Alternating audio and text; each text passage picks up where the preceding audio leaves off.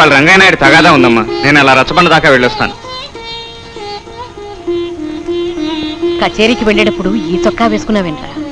పెద్దవాళ్ళ దగ్గరికి వెళ్ళేటప్పుడు మనం గొప్పగా ఉండకపోయినా వాళ్ళకంటే తక్కువగా ఉండకూడదు. వేరే చొక్కా వేసుకాడు. అలాగేనమ్మా. నారాయణ గారు, మీ తగాదా ఏమిటో చెప్పండి. రేయ్, నువ్వు నా కాడ సవరానికి వచ్చావు. చెప్పినట్టున్నావా? సరే సరే, లేదా పెచ్చులు ఊడిపోతాయి.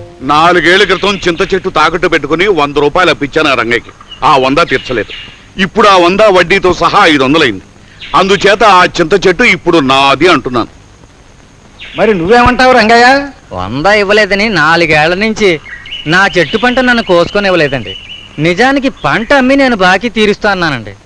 పంట అమ్మితే ఏడాదికి 200 వస్తుందండి.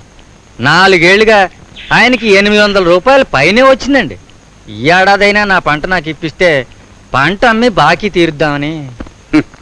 వెనకటికి ఈ రంగయ్య లాంటి వాడు ఎవడో ఒకడు నీళ్ల బిందె తాకట్టు పెట్టి డబ్బు తీసుకున్నాడట. మధ్యలో ఒక్కసారి ఆ బిందె ఉండి నీళ్లు తెచ్చుకుని తిరిగిచ్చేస్తానట. అట్టా ఉంది ఈ రంగయ్య డబ్బు కట్టకుండా చింత చెట్టు పంట అడగటం. నారాయణ గారు, బిందు ఉపమానం బాగానే చెప్పారు. నేను ఒక ఉపమానం చెప్తాను వినండి. ఎవరైనా సూడావుని తీసుకొచ్చి మీ దగ్గర తాకట్టు పెట్టారనుకోండి. ఈలోగా ఆవినింది. వాళ్ళు డబ్బు తిరిగి కట్టాక ఆవుని దూడని తోలుతారా, లేక తాకట్టు పెట్టింది ఆవే కాబట్టి ఆవును మాత్రమే తోలుతారా? ఆహా, ఏడ్చినట్టుంది నీ తెలివి. నేను ఆవునే తోలుతానో ఆవుని తోడని కలిసి తోలుతానో. ముందు ఈ రంగయ్య అప్పు తీర్చని. ఇప్పుడు మళ్ళీ అప్పు తీర్చడం ఏంటి? ఎప్పుడో తీర్చేశాడు రంగయ్య. అబద్ధం ఎందుకులే బాబు, నేను ఆయన అప్పు తీర్చని మాట నిజమే. నువ్వు తీర్చావు రంగయ్య. పాప నారాయణే జమేసుకోలేదు. ఏ వేళకొలగా ఉందా?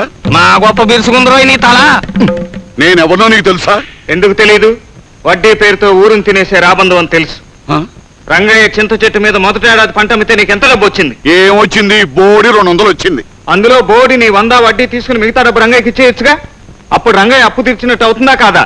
నువ్వేమీ అంకిల్ గాడి చేయనక్కర్లేదు. ఇక్కడ రంగయ్య అప్పు తీర్చలేదంటున్నాడు, నేను అంటున్నాను. కనుక ఆ చింత చెట్టు నాకే రావాలి. చింత చెట్టు కాదు కదా, చింత గింజ కూడా రాదు నీకు.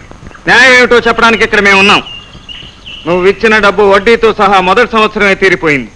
మిగతా 3 సంవత్సరాలు 200 చొప్పున రంగయ్య పంట తినేశావు. దానికి నువ్వు వసూలు చేసే అన్యాయ వడ్డీ లెక్క కడితే నువ్వే 1000 రూపాయల పైచలకు రంగయ్యకి ఇవ్వాల్సి ఉంటుంది. ఇవ్వను. కృష్ణ, నువ్వు ఆగు. కృష్ణ చెప్పిందే న్యాయం. మాకు తట్టని ఆలోచన కృష్ణకి తట్టింది. నువ్వు 1000 రూపాయలు రంగయ్యకి పంపించేయవలసిందే. గోవిందా గోవిందా. వీడు నారాయణ. 1000 పంపిస్తాను. ఆ తర్వాత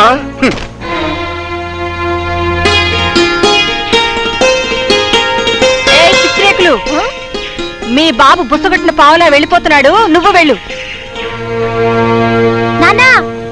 దండాలు బాబు. దండాలు నాకు కాదు, వీళ్ళకి పెట్టు. న్యాయానికి నిలిచారు వీళ్ళు.